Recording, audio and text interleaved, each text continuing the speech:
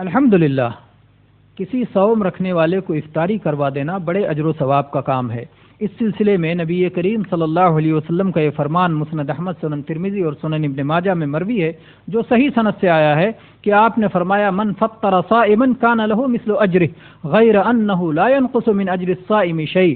جس شخص نے کسی صوم رکھنے والے کو افطاری کروا دیا تو اس کا ثواب صوم رکھنے والے کے پورے ثواب کی طرح افطاری کرانے والے کو بھی ثواب ملے گا، اور صوم رکھنے والے کے ثواب میں کسی طرح کی کمی نہیں ہوگی۔ تو کتنا بڑا اجر ہے۔ اگر آپ ایک دن میں ایک سے زیادہ صوم رکھنا چاہیں تو ظاہر ہے کہ نہیں رکھ سکتے، کیونکہ صوم کا وقت طلوع فجر سے غروب آفتاب تک ہے اور آپ کے پاس ایک ہی وقت ہے۔